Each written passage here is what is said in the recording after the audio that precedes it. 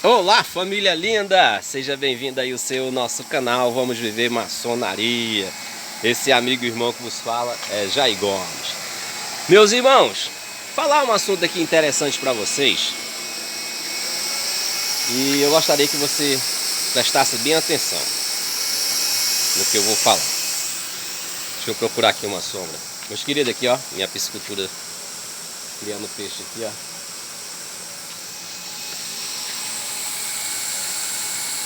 Sistema aqui. Presta atenção. Ó, tome cuidado. Tome cuidado com pessoas, com um tipo de ser humano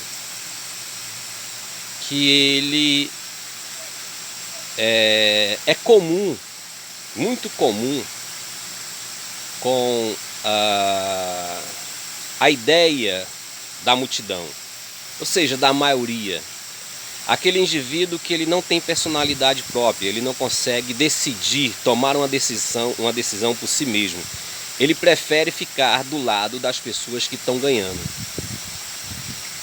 Ou seja, aquelas pessoas que estão ganhando, que estão na maioria. Tome cuidado com esse tipo de pessoas. Esse tipo de gente não é de confiança.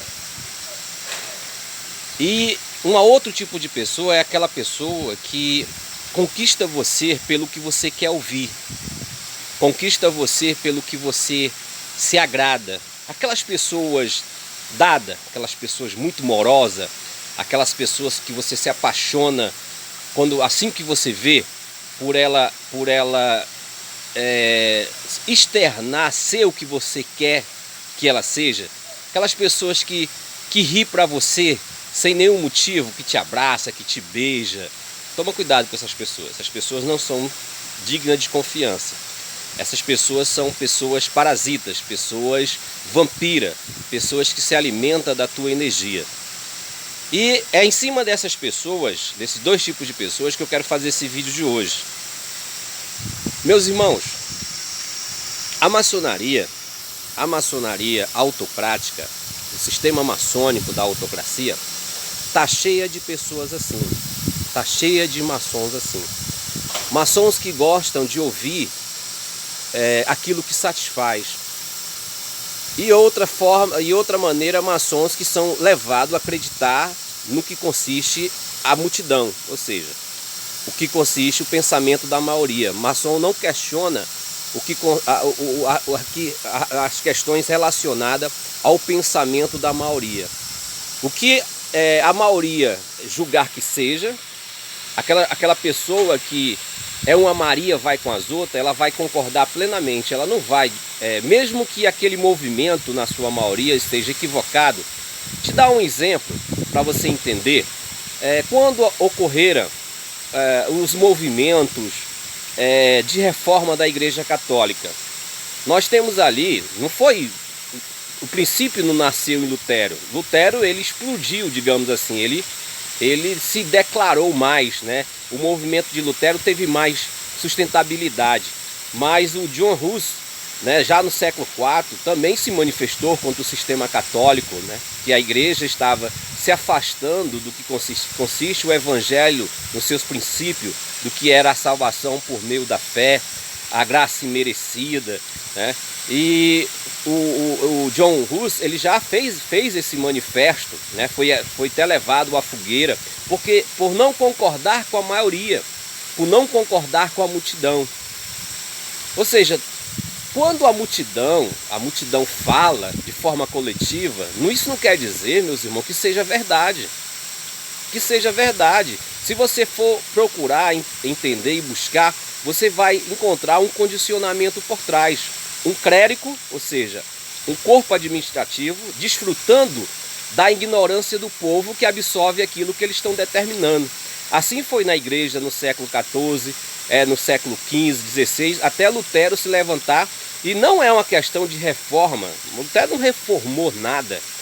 Lutero não fez uma transformação na igreja, não tirou os ídolos da igreja, não tirou, digamos assim, a adoração em vários santos, devoção, né, em vários santos, as indulgências. Lutero não fez nada disso.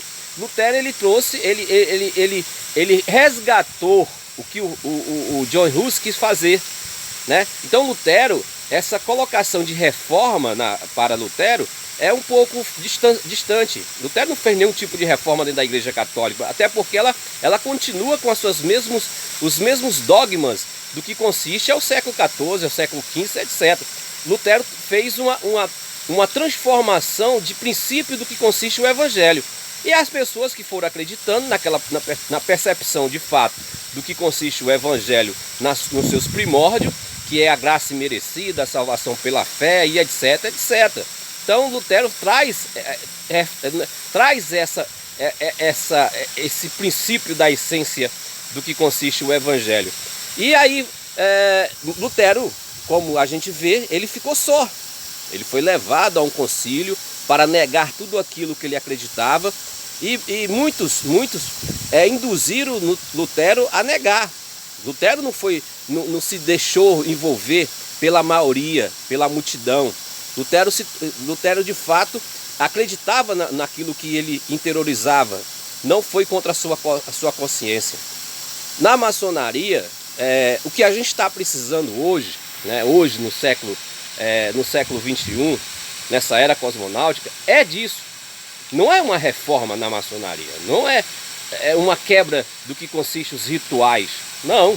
É sim um resgate do que consiste a essência da maçonaria. Uma vivência de fato orgânica, uma vivência de fraternidade, fazer tudo aquilo que se diz que faz. Isso eu venho falando constantemente. Eu não quero aqui transformar a maçonaria em outra maçonaria. Seria ignorância da minha parte. O que nós gostaríamos de ver era a maçonaria viver aquilo que a gente acredita que um dia nós vivemos.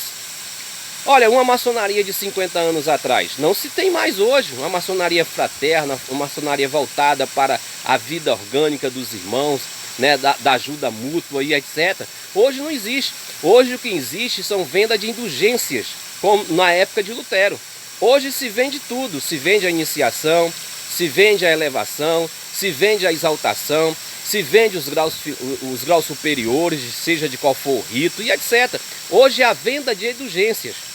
Hoje, de fato, precisa-se ser resgatada a maçonaria de outrora. Não é fazer uma reforma na maçonaria, é um resgate. Um resgate da maçonaria, de fato, como era nos primórdios, mesmo da especulação. Porque não podemos falar nem da operatividade, né? Há um distanciamento gritante do povo, dos pedreiros livres, para os maçons especulativos. A gente somos sabedores disso, né? Há um distanciamento muito grande. Mas mesmo a maçonaria especulativa, ela tinha a sua essência, ela tinha a sua visão de vida orgânica. E hoje não, hoje a gente vive de fato uma maçonaria especulativa de forma mercantilista, aonde a venda de indulgências, digamos assim, né, ela está em primeiro lugar do que de fato a vivência da fraternidade. Hoje os palácios maçônicos das grandes instituições, elas são grandes catedrais, é um luxo, né? Eu acredito que o Templo de Salomão do Edir Macedo perde feio para o luxo do templo do Grande Oriente em Brasília, no mármore, no granito e etc, e etc.